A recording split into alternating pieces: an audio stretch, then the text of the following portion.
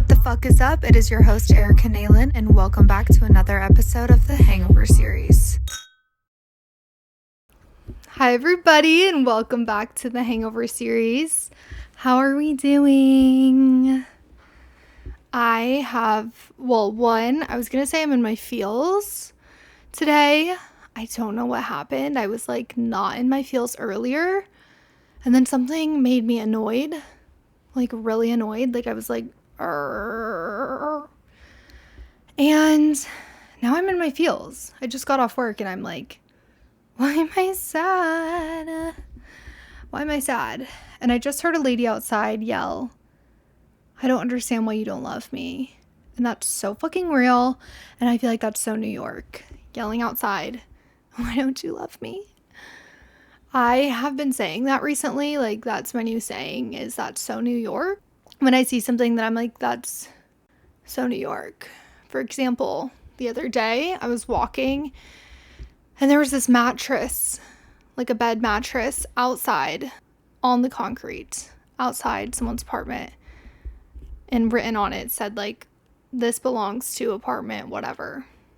And I was so confused, but I feel like that's so New York. Also, just are they going to use that? Why is it on the concrete? I had a lot of questions. It's still there. It's been there for multiple days. So I have a feeling whatever apartment that belongs to, they don't want it anymore, because why is it still there? But today we're going to talk about friendships in our 20s.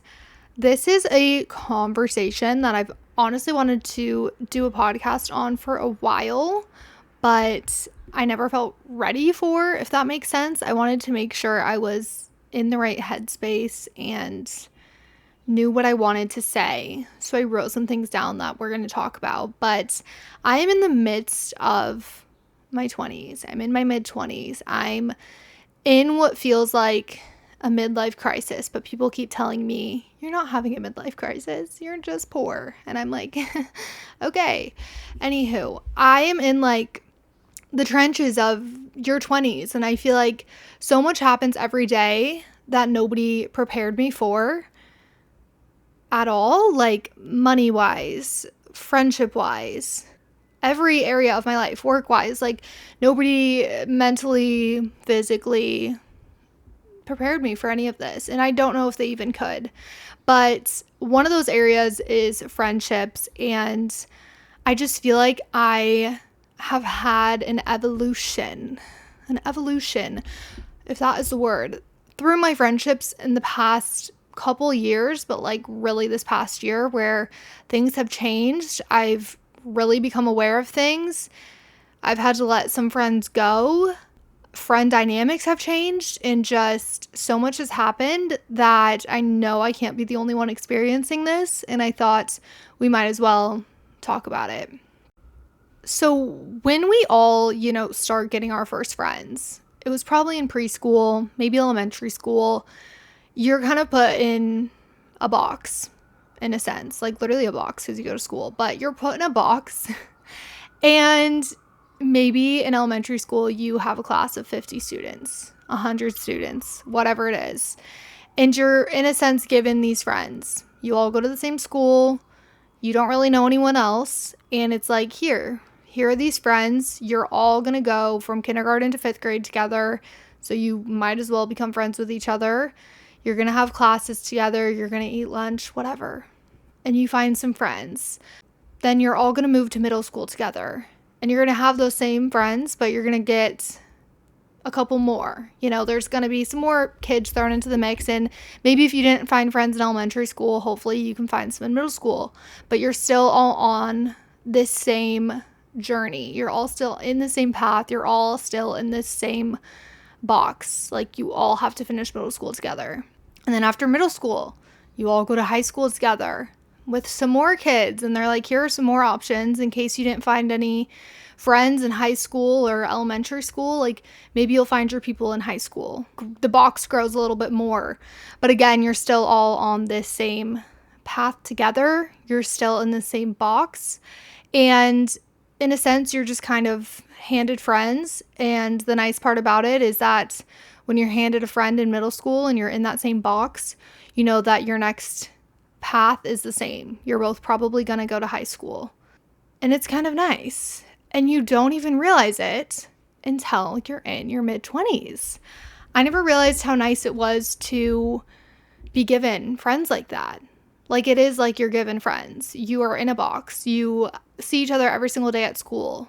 And I know that's not the case for everybody. I know that a lot of people, struggle to have friends, and maybe they didn't find their friends in elementary school or middle or high school, and maybe they felt really lonely then. But what I'm trying to get at is I feel like, in a sense, everyone's put in this little box. You're kind of given friends, and you're all, even if you don't like anyone, you're all still on the same path at the moment.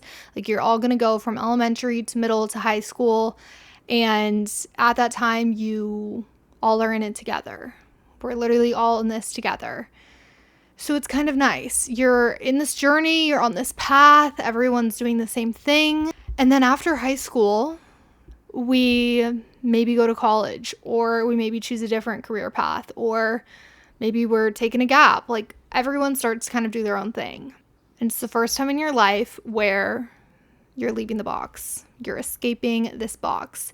You get to go find friends at college. You get to go find friends in a different town. You get to maybe decide, I don't want to have friends. You are leaving the box. And as exciting and as fun as that is, it's also kind of scary. But I still feel like you're all on the same journey, because for the next couple of years, you're probably around 18 when you graduate high school. No one's really figured anything out yet. If anything, we're all figuring it out. And you're still just on that same journey of like, okay, I just got out of the box. I just finished high school. What do I want to do next? What do I want to do next? And I think for a lot of us, you kind of follow, maybe in a sense, what your friend group's doing. Let's say all of your friends are applying to go to this super fun college. You're really close with them. So you decide, let's all go to this college together. Maybe you're like, I want to get away from everyone I know. So you go to a different college. Maybe you don't want to go to college at all. So you move to a small town in Idaho and you start a life there. But at the same time, you're all figuring it out. For me, my next step out of high school was, well, there were a lot of parts to it. I wanted to go to college away. I just really wanted to get away, but it didn't work out, and I ended up staying in my hometown. And I escaped the box of the high school box that I was in, but I've formed a lot of friendships with other people throughout my hometown. So I was in what felt like a hometown box.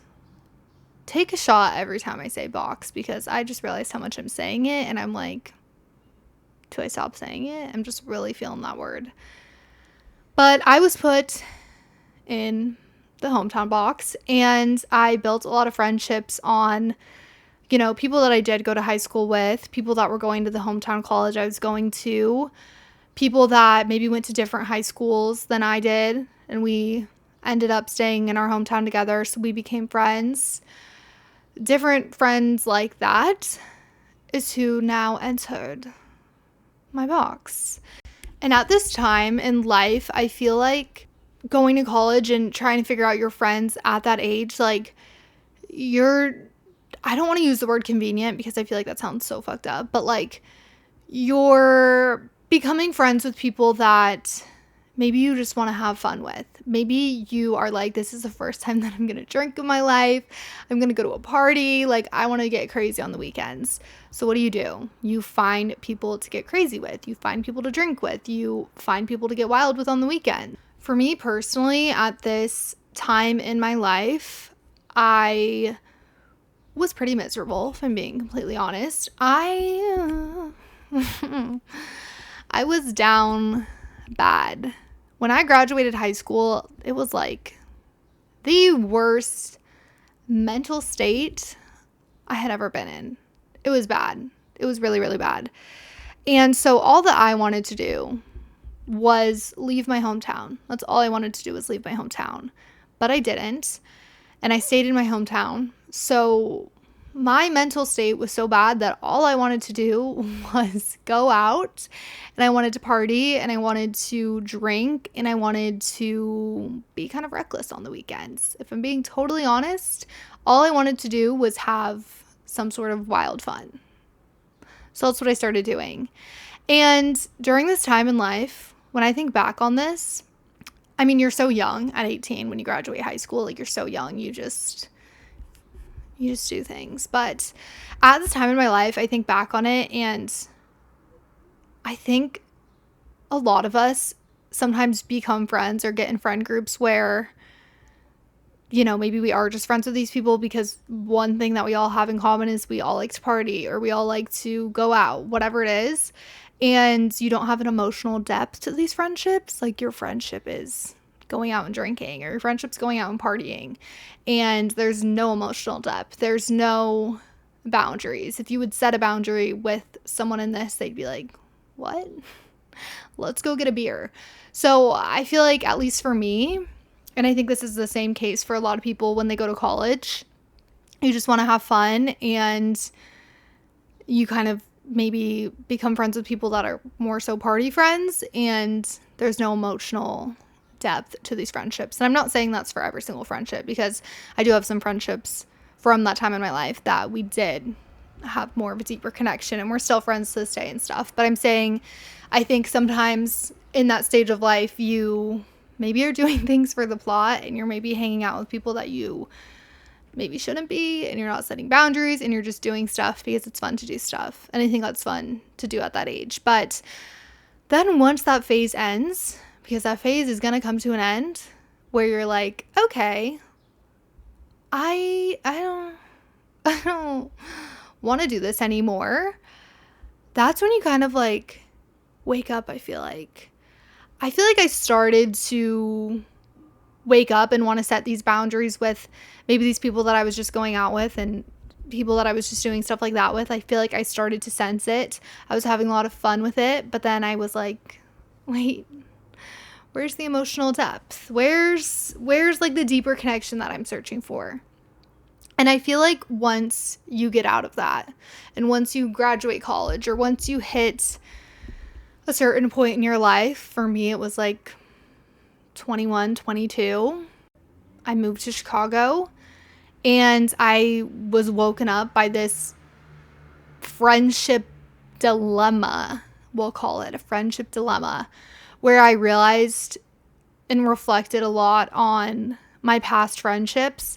And I thought a lot about how when you're 18 and 19 and you're so young, like, so much happens in your friendships, and you just reflect and you're like, wait, that was so mature. There was so much drama. If only we had communicated, you know.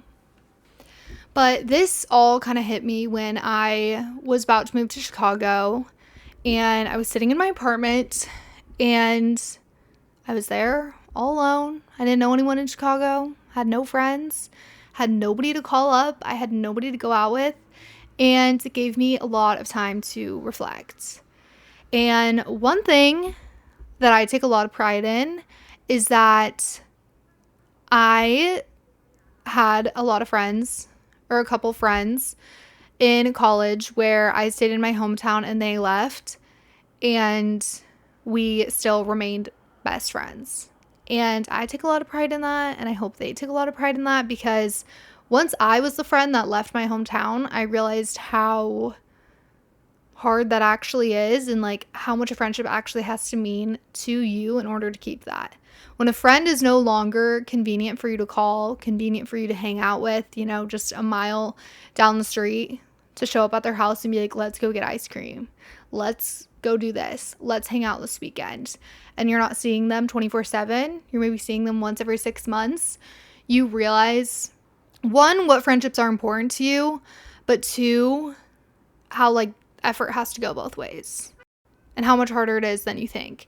And I take a lot of pride in the fact that I had these amazing friendships throughout college that were long distance, and that goes for both parties. Like, we did that shit. But once I moved out of my hometown and I was the one that left, I realized that some friendships were gonna come to an end, and some friendships that were really strong when I was there weren't so strong anymore, and some people that were so fun to hang out with, and I thought we had this big emotional, deeply connected friendship. I move away. Feels like you're the only one reaching out, and you're like, wait, am I never going to see them again? Or maybe you and that person both move out of your hometown, and then it's like, wait, where's our friendship? Where's our friendship? Where is it? Because I'm not seeing it. And that's kind of what hit me when I got to Chicago. I still had a ton of friends in my hometown. So I will say the other thing about this is that in your 20s, if you're the friend that moved away and you have a ton of friends that are still there, well, I hate that I'm using the word convenient. Like, I don't want to use that word, but it's just the word that keeps coming to me. So the thing that I think keeps a lot of these friendships together is that, yes, I'm the away friend, but every time I go back to my hometown, your friends are there. You know, it's not like I live here, one of my friends lives in Florida, and we both schedule times to go back.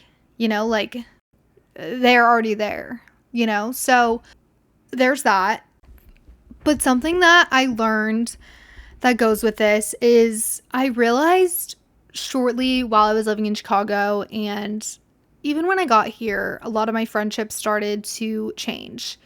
Maybe people started getting engaged, started having kids, people moved to different states. People just start doing a ton of different things. Maybe their career is taking over their life, but they're really passionate about it. Maybe Johnny started his own company. Like, we don't know what Johnny's doing, but we're proud of him. Everyone starts doing their own thing, and it's so beautiful and it's so fun to see from afar. But sometimes you realize that the friendship that you once had is not the same friendship anymore. For me, something that happened in some of my friendships were I had some friends that got in really serious relationships, and I was so happy for them to get into these relationships.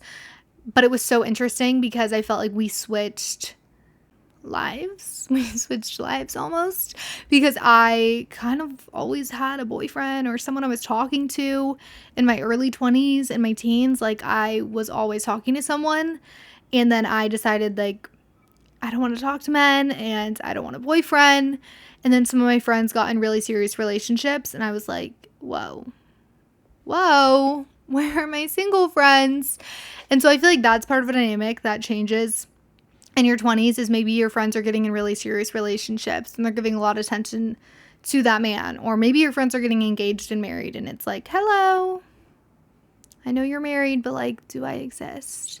So I feel like that's shifted a lot for me. I think some of my friendships have just been long distance, and I realized that, you know, it takes two to tango. And I feel like for some of my long distance friendships, I was putting in a lot of effort to see these people, to talk to these people, to call them, to like do all of the things, and it wasn't being reciprocated. And I would take a step back and see, like, okay, if I don't reach out or if I don't call, are they gonna reach out? Like, am I the only one that's keeping this friendship together? And for some of those friendships, I never got a call, I never got a text, and that friendship doesn't exist anymore. And that was really sad. And I know someone might hear that and be like, well, if you really cared about the friendship, why wouldn't you call them? Why wouldn't you text them? And for me personally, in the past, I would have done all of those things. But as I get into my older 20s and I really think about what friendships mean to me, I've come to the point where I'm like, I just am not that person anymore. I used to be the person that was almost like the glue. I feel like people would be like, you're the glue. And I don't want to be the glue anymore. It takes two people to communicate. It takes two people to tango. And if my long distance friend somehow doesn't know how to use her phone anymore and doesn't know how to text or call, like, I can't be the only one doing it. So I feel like that is a big shift in your 20s when everyone moves long distance, or when a lot of people move long distance. You start to realize, who's communicating and how is this friendship going to work? Because it can't just be one of you reaching out. Like, it really can't be.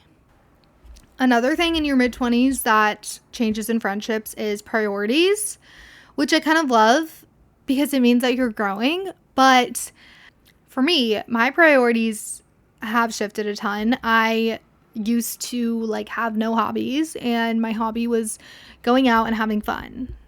And now, you know, I have a career, I have a podcast, I like to work out, I like to go out still, I'm single, I like to mingle, I like to make new friends. Like, there's so many things that are priorities to me. And maybe you have some other friends who are in some really serious relationships, and maybe they're married and they're like, I don't want to go out anymore. Or they have kids and they're like, like that. They're over it. And that's totally okay. But I think what happens sometimes is you're the single friend. Your friend's like, I'm fully married and I don't want to take tequila shots anymore. And I think it can either go the route of like, that's okay, let's find a new priority. Let's be coffee besties. Let's be dinner besties. Let's figure out a new way to still be friends. Or it can go a different route where it's like, you're really looking for someone to go out with. They don't ever want to leave the house.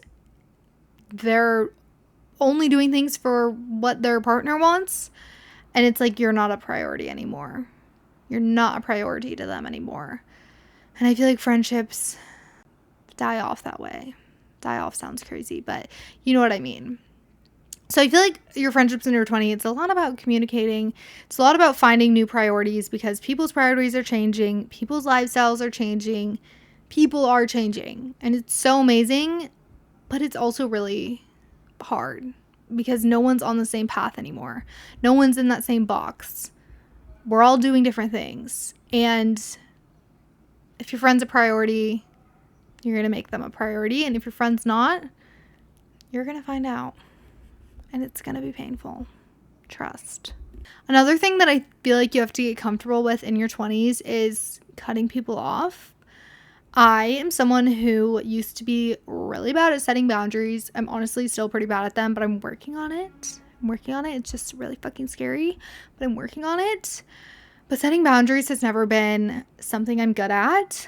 I am very good at letting people repeatedly do things and me not say anything and them probably thinking that it's totally fine and that I'm totally chill with it, and then them pushing the boundary and pushing the boundary and pushing and pushing and pushing, and it gets really bad, and then I'm like, hey,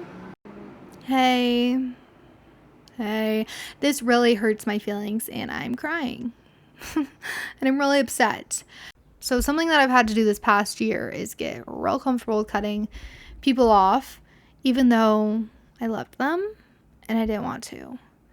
There was a situation this past year that really upset me, and I felt really hurt, and I felt like it was downplayed, and it was a whole thing.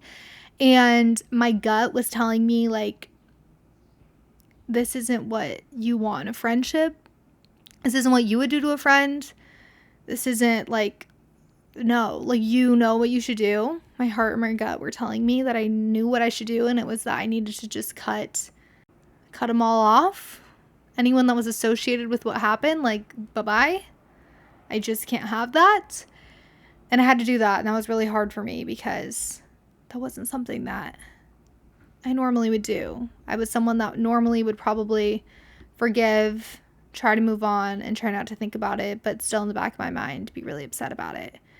And I decided that in my 20s, I don't want to be that person anymore.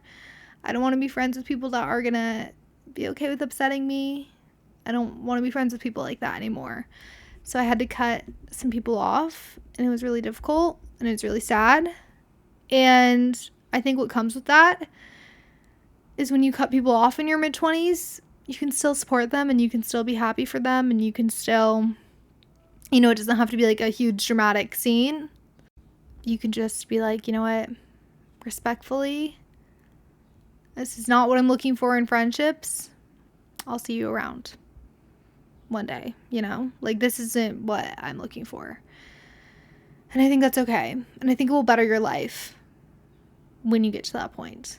And I think you will get to that point in your mid-20s, because that's the point I'm at. If someone is not filling my cup, or if someone is doing something that upsets my cup, not having it. Not having it. There's fish in the sea. Just like men, there's so many friends in the sea. And you don't need shitty friends. So with this, I feel like I've developed a lot of what I want in my friendships, since, in a sense, I'm not starting from scratch. I almost just said I'm starting from scratch. But I'm not starting from scratch. I do have a solid core of really good friends that I love. But I'm also starting from scratch because I don't know anyone here. So starting from scratch in the sense of New York girls and my mid-20s girls. And I feel like what's really fun about that is that I'm able to go out with different friends and I'm able to meet different people, and you're able to pick and choose what you want in your life and who you want in your life, and if you want to continue a friendship. It's great. So some things that I look for in friendship is communication and, like, are we both making an effort? I feel like I've been friends with people in the past, or I've had situations in the past, and I didn't even realize it until this year, but I was always the one kind of communicating, and I was always the one making the plan. Hey guys, let's do this. Is everyone down? Making the reservation, making the plan, texting, making sure everyone's coming, making sure everyone's included, all of the things. But I feel like when you're friends with people, there shouldn't always be one person that is making an effort to see the other person. There shouldn't always be one person who's making the plan. There shouldn't always be one person who's like, hey, do you want to hang out? Like, it should go both ways.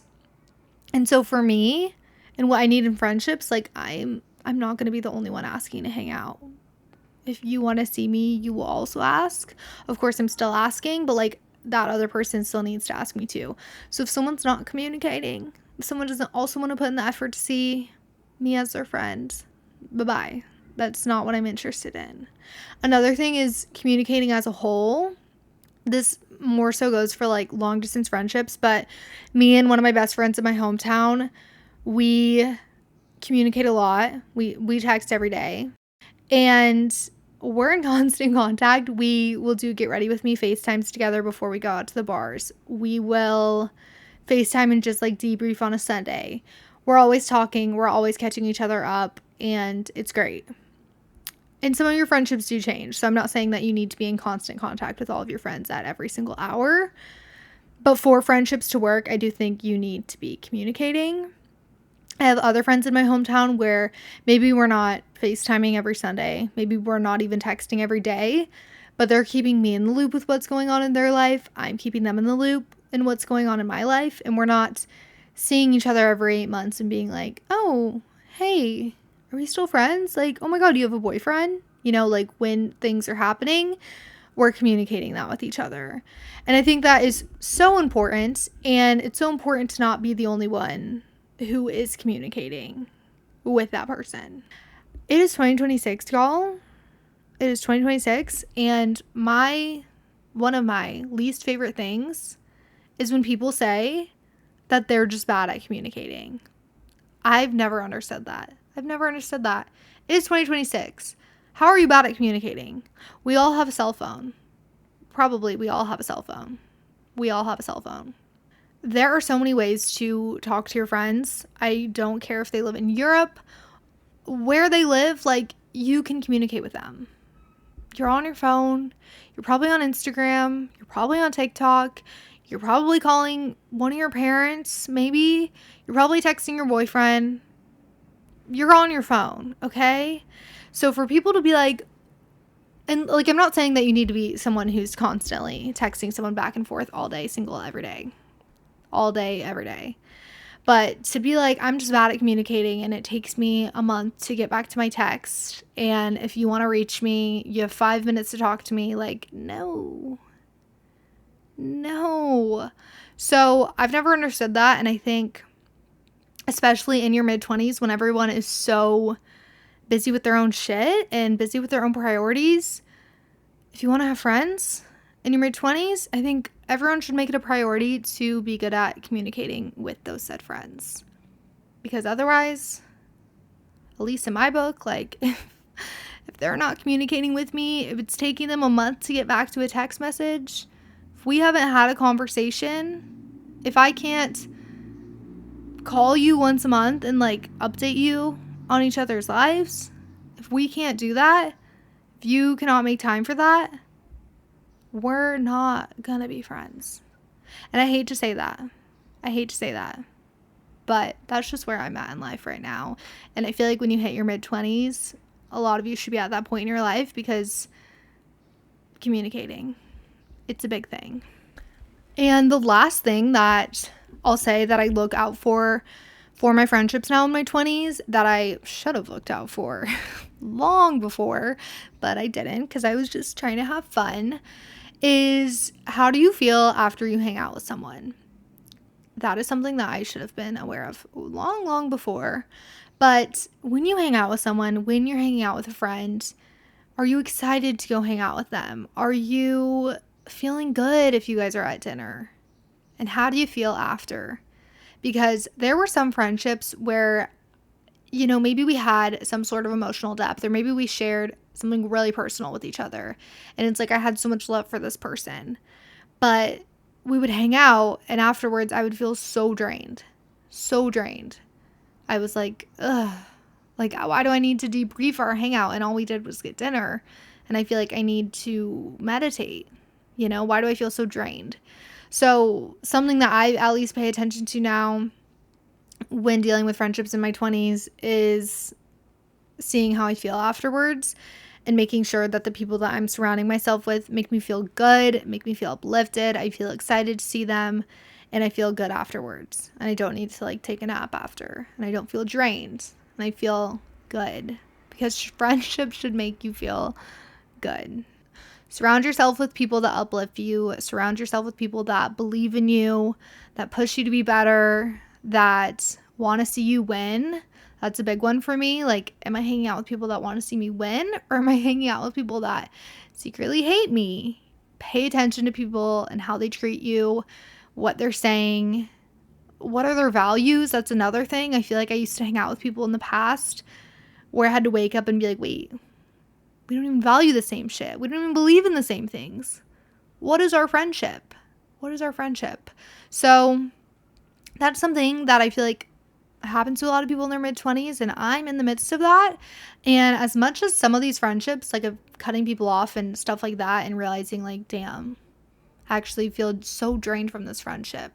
It can be sad, because I don't like the cutting off people thing, and I just don't like anything that involves emotions. Like, I'm a very emotional person and I don't like being like that, but I just am. And it can be really tough, because I feel like it is tough, but it can also be a good positive feeling as well, knowing that, you know, hey, I'm actually like aware of what friendships I'm getting into now, and I'm actually choosing what's best for me. And I'm going to start surrounding myself with people that make me feel good and that have the same values as me. And it's going to be great. Another thing that comes with this, and what I'll kind of end with, is I think when you move to a new city, or when you're in the midst of your 20s in general, it can be really lonely.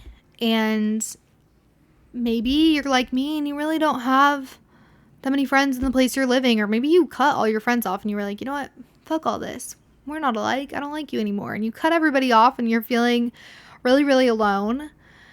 I think the best part about this, and what has made me feel so confident in what I'm doing right now, is being so comfortable with being alone.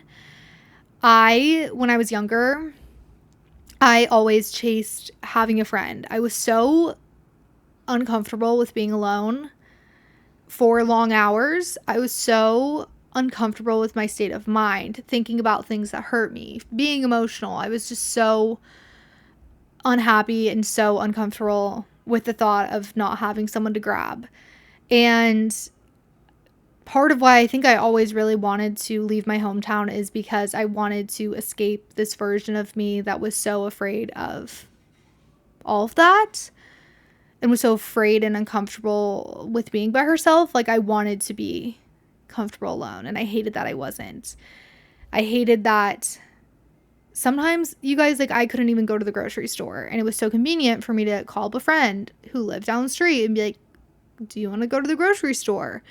Or always having someone to go out with, or always having someone to go to the mall with, or just do anything and everything with, like, having someone. And I wanted away from that. So now I'm in this place where I'm so far away from that I don't know anyone, and I've had to get really, really comfortable being alone. And I have my days. Like, I have some really bad days where I'm really in my head. I'm really emotional. I'm maybe thinking about something from the past, or I'm rethinking a situation that happened last week. And you're thinking about every area of your life, and you're just really down in the dumps. You're scrolling on Instagram. You're like, wow, all these people are still friends. Wow, these people have so many friends. Wow, that looks really fun. I wish that was me. And then you have to remind yourself that, like, that was you, and you weren't happy. And you wanted to be alone. And now you are alone. And getting comfortable with yourself. And as much as I have bad days being alone sometimes, I also have some of the best days. And I'm so happy to say that I'm really comfortable being by myself. And at the end of the day, I just feel really comfortable with my own company. I love having solo date nights. I love going on really long walks by myself and getting to obviously choose what music I'm listening to. I love to order my favorite food and have no one's opinion on what food I'm ordering because it's for me. I love picking out a movie that no one else is watching because it's for me. There's so many areas of my life where doing stuff alone has brought me so much joy, and I love my own company. I love my own company. And I feel like in your mid-20s, when we're going through these friendship things and everything's changing, I want to challenge everybody to just get really comfortable being alone and getting comfortable with yourself. Because honestly, at the end of the day, you know yourself best. I feel like that's one of my favorite phrases, but like, you know yourself best. You've been with yourself your whole life, and you're gonna be with yourself for the rest of your life.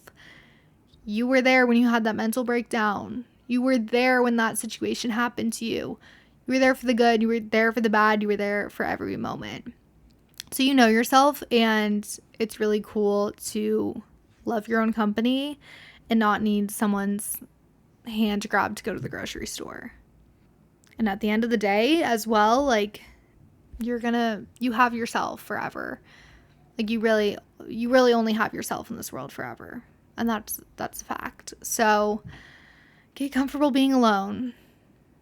And if you're like me and you're like, wow, friendships in my 20s are getting crazy, what is this? Like, you're not alone. I think we're all probably feeling it. Maybe people just don't say it. And a lot of people might be holding on to friendships where they're just holding on to them because they don't want to feel comfortable alone yet, or it's convenient, or they're still in a certain stage of life where that's what they need. So there's that. And don't compare your friendships to other people's friendships. Live your life and you'll figure it out.